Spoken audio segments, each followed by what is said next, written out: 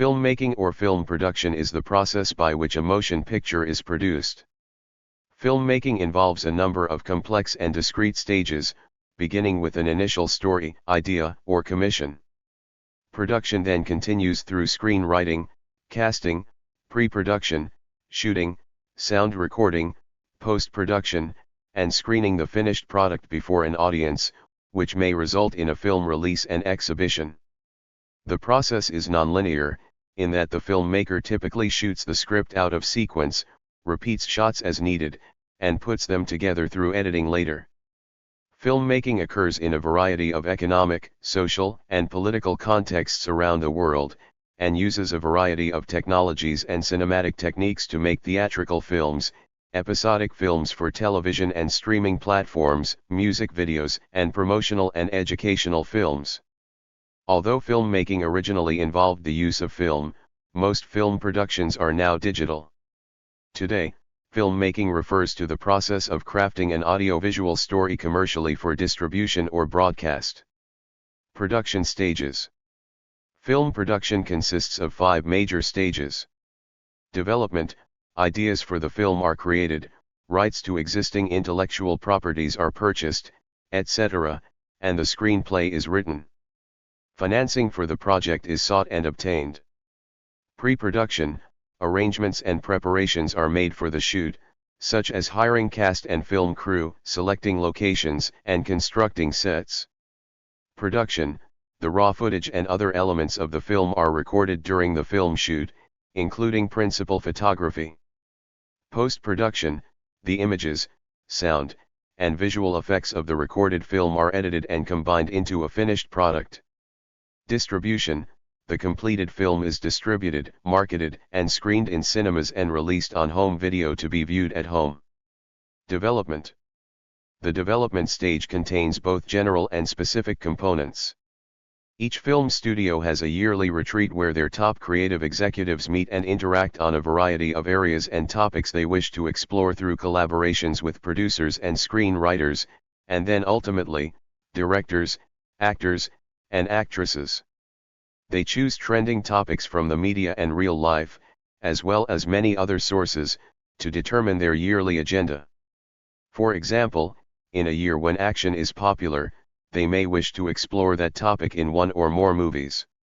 Sometimes, they purchase the rights to articles, best-selling novels, plays, the remaking of older films, stories with some basis in real life through a person or event, a video game, fairy tale, comic book, graphic novel. Likewise, research through surveys may inform their decisions. They may have had blockbusters from their previous year and wish to explore a sequel. They will additionally acquire a completed and independently financed and produced film. Such notable examples are Little Miss Sunshine, The English Patient, and Roma. Studios hold general meetings with producers and screenwriters about original story ideas. In my decade working as a writer, I knew of only a few that were sold and fewer that made it to the screen, relays writer Wayne Powers. Alan Watt, writer-director and founder of the LA Writers Lab, confirmed that completed original screenplays, referred to as specs, make big news when they sell, but these make up a very small portion of movies that are ultimately given the green light to be produced by the president of a studio. The executives return from the retreat with fairly well-established instructions. They spread these concepts through the industry community, especially to producers they have deals with. Traditional studios will have those producers in offices on their lots. Also, agents for screenwriters are made aware. This results in a pairing of producers with writers, where they develop a basic story idea that utilizes the concept given by studio executives. Often it is a competition with several pairings meeting with studio executives and pitching their take. Very few writing jobs are from original ideas brought to studios by producers or writers. Perhaps one movie a year will be a spec script that was purchased. Once the producer and writer have sold their approach to the desired subject matter, they begin to work. However, many writers and producers usually pass before a particular concept is realized in a way that is awarded a green light to production. Production of Unforgiven, which earned Oscars for its director/star Clint Eastwood, as well as its screenwriter, David Webb Peoples, required 15 years. Powers related that the Italian job took approximately 8 years from concept to screen, which, as Powers added, is average. And most concepts turned into paid screenplays wind up gathering dust on some executive's shelf, never to see production. Writers have different styles and creative processes, some have stronger track records than others.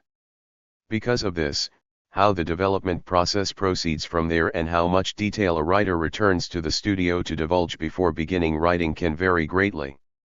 Screenwriters are often protected by the union, the Writers Guild of America, or UGA. The UGA allows a screenwriter to contract for one draft, one revision, and one polish. Bob Ezel, writer and member of the Guild Board, states, additional writing requires an extension of contracts and payment for additional work.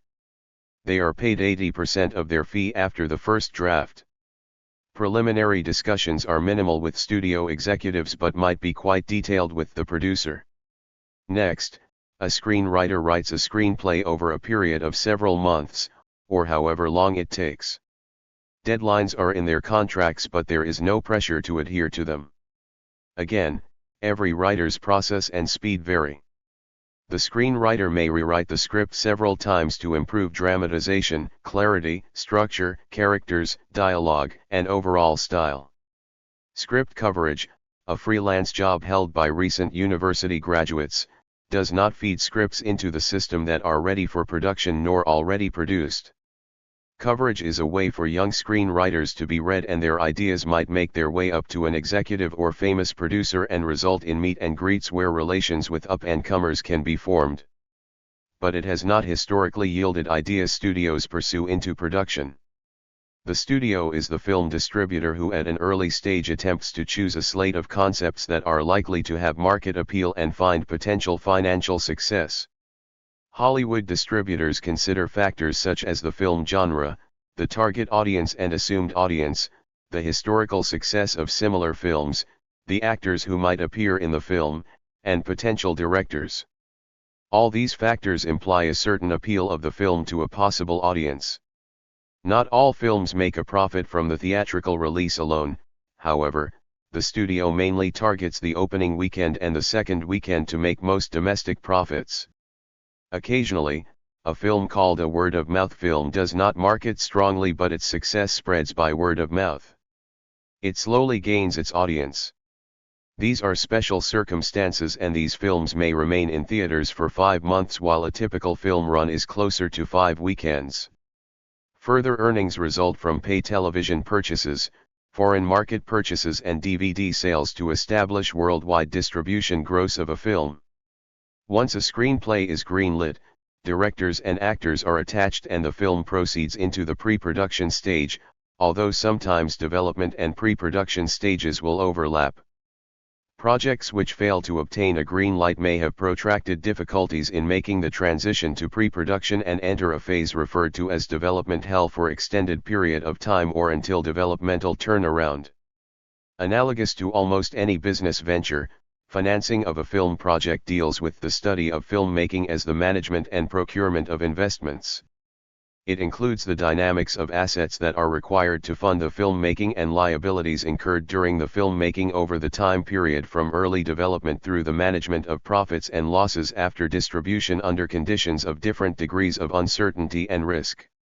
The practical aspects of filmmaking finance can also be defined as the science of the money management of all phases involved in filmmaking. Film finance aims to price assets based on their risk level and their expected rate of return based upon anticipated profits and protection against losses.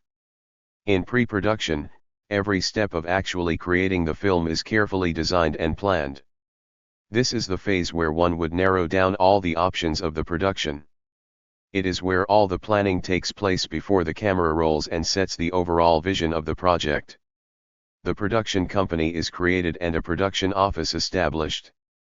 The film is pre-visualized by the director and may be storyboarded with the help of illustrators and concept artists. A production budget is drawn up to plan expenditures for the film. For major productions, Insurance is procured to protect against accidents. Pre-production also includes working out the shoot location and casting process. The producer hires a line manager or a production manager to create the schedule and budget for the film. The nature of the film, and the budget, determine the size and type of crew used during filmmaking. Many Hollywood blockbusters employ a cast and crew of hundreds, while a low-budget, independent film may be made by a skeleton crew of 8 or 9, or fewer. These are typical crew positions. Storyboard artist creates visual images to help the director and production designer communicate their ideas to the production team. Director is primarily responsible for the storytelling, creative decisions, and acting of the film. Assistant director, AD, manages the shooting schedule and logistics of the production, among other tasks. There are several types of AD, each with different responsibilities. Film producer hires the film's crew. Unit production manager manages the production budget and production schedule. They also report, on behalf of the production office, to the studio executives or financiers of the film. Location manager finds and manages film locations. Nearly all pictures feature segments that are shot in the controllable environment of a studio sound stage, while outdoor sequences call for filming on location. Production designer, the one who creates the visual conception of the film, working with the art director, who manages the art department which makes production sets. 3. Costume designer creates the clothing for the characters in the film, working closely with the actors, as well as other departments. Makeup and hair designer works closely with the costume designer in order to create a certain look for a character. Casting director finds actors to fill the parts in the script. This normally requires that actors partake in an audition, either live in front of the casting director or in front of one or more cameras. Choreographer creates and coordinates the movement and dance, typically for musicals. Some films also credit a fight choreographer. Director of photography, DOP, the head of the photography of the entire film, supervises all cinematographers and camera operators. Production sound mixer, the head of the sound department during the production stage of filmmaking. They record and mix the audio on set, dialogue, presence, and sound effects in monaural and ambience in stereo. They work with the boom operator, director, DP, and first AD. Sound designer creates the oral conception of the film, working with the supervising sound editor. On Bollywood-style Indian productions, the sound designer plays the role of a director of audiography. Composer creates new music for the film. Usually not until post-production. In production, the film is created and shot. In this phase, it is key to keep planning ahead of the daily shoot. The primary aim is to stick to the budget and schedule, which requires constant vigilance. More crew will be recruited at this stage, such as the property master, script supervisor, assistant directors, stills photographer, picture editor, and sound editors. These are the most common roles in filmmaking. The production office will be free to create any unique blend of roles to suit the various responsibilities needed during the production of a film. Communication is key between the location, set, office, production company, distributors, and all other parties involved. A typical day shooting begins with the crew arriving on the set/location by their call time. Actors usually have their own separate call times. Since set construction, dressing and lighting can take many hours or even days, they are often set up in advance. The grip, electric, and production design crews are typically a step ahead of the camera and sound departments. For efficiency's sake, while a scene is being filmed, they are already preparing the next one. While the crew prepares their equipment, the actors do their costumes and attend the hair and makeup departments. The actors rehearse the script and blocking with the director, and the camera and sound crews rehearse with them and make final tweaks. Finally, the action is shot in as many takes as the director wishes. Most American productions follow a specific procedure. The assistant director, AD, calls "picture is up." to inform everyone that a take is about to be recorded, and then quiet everyone. Once everyone is ready to shoot, the AD calls roll sound, if the take involves sound, and the production sound mixer will start their equipment, record a verbal slate of the take's information, and announce sound speed, or just speed, when they are ready. The AD follows with roll camera, answered by speed. By the camera operator once the camera is recording. The clapper loader, who is already in front of the camera with the clapper board, calls marker, and slaps it shut. If the take involves extras or background action, the AD will cue them, action background, and last is the director, telling the actors action. The AD may echo action louder on large sets. A take is over when the director calls cut, and the camera and sound stop recording. The script supervisor will note any continuity issues, and the sound and camera teams log technical notes for the take on their respective report sheets. If the director decides additional takes are required, the whole process repeats. Once satisfied, the crew moves on to the next camera angle or setup, until the whole scene is covered. When shooting is finished for the scene, the assistant director declares a wrap or moving on, and the crew will strike, or dismantle, the set for that scene. At the end of the day, the director approves the next day's shooting schedule and a daily progress report is sent to the production office. This includes the report sheets from continuity, sound, and camera teams. Call sheets are distributed to the cast and crew to tell them when and where to turn up the next shooting day. Later on, the director, producer, other department heads, and, sometimes, the cast, may gather to watch that day or yesterday's footage, called dailies, and review their work. With workdays often lasting 14 or 18 hours in remote locations, film production tends to create a team spirit. When the entire film is in the can, or in the completion of the production phase, it is customary for the production office to arrange a wrap party, to thank all the cast and crew for their efforts.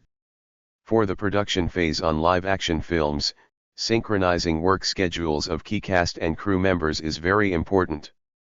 For many scenes, several cast members and many crew members must be physically present at the same place at the same time, and bankable stars may need to rush from one project to another. Animated films have different workflow at the production phase, in that voice actors can record their takes in the recording studio at different times and may not see one another until the film's premiere.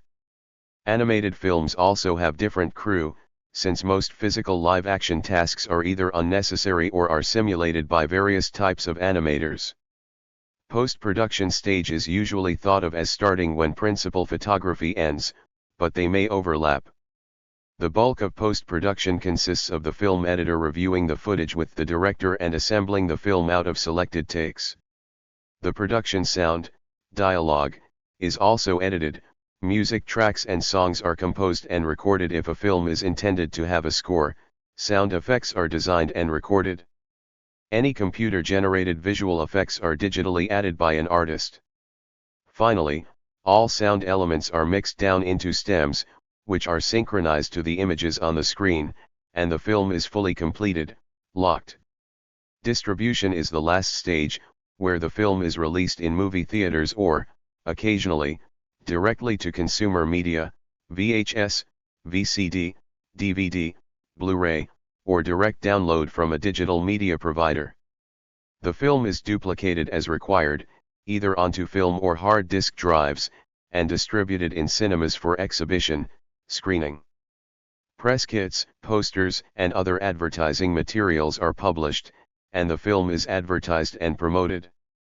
A B-roll clip may be released to the press based on raw footage shot for a making-of documentary, which may include making-of clips as well as on-set interviews separate from those of the production company or distributor. For major films, key personnel are often contractually required to participate in promotional tours in which they appear at premieres and festivals and sit for interviews with many TV, print, and online journalists. The largest productions may require more than one promotional tour, in order to rejuvenate audience demand at each release window. Since the advent of home video in the late 1970s, most major films have followed a pattern of having several distinct release windows. A film may first be released to a few select cinemas, or if it tests well enough, may go directly into wide release. Next, it is released, normally at different times several weeks, or months, apart, into different market segments like rental, retail, pay-per-view, in-flight entertainment, cable television, satellite television, or free-to-air broadcast television. The distribution rights for the film are also usually sold for worldwide distribution. The distributor and the production company share profits and manage losses. Filmmaking also takes place outside of the mainstream and is commonly called independent filmmaking. Since the introduction of DV technology, the means of production have become more democratized and economically viable. Filmmakers can conceivably shoot and edit a film, create and edit the sound and music, and mix the final cut on a home computer. However, while the means of production may be democratized, financing, traditional distribution, and marketing remain difficult to accomplish outside the traditional system. In the past, most independent filmmakers have relied on film festivals, such as Sundance Film Festival, Venice Film Festival, Cannes Film Festival, and Toronto International Film Festivals, to get their films noticed and sold for distribution and production. However, the internet has allowed for the relatively inexpensive distribution of independent films on websites such as YouTube. As a result, several companies have emerged to assist filmmakers in getting independent movies seen and sold via mainstream internet marketplaces, often adjacent to popular Hollywood titles. With internet movie distribution, independent filmmakers who choose to forego a traditional distribution deal now have the ability to reach global audiences. Thank you for watching this video.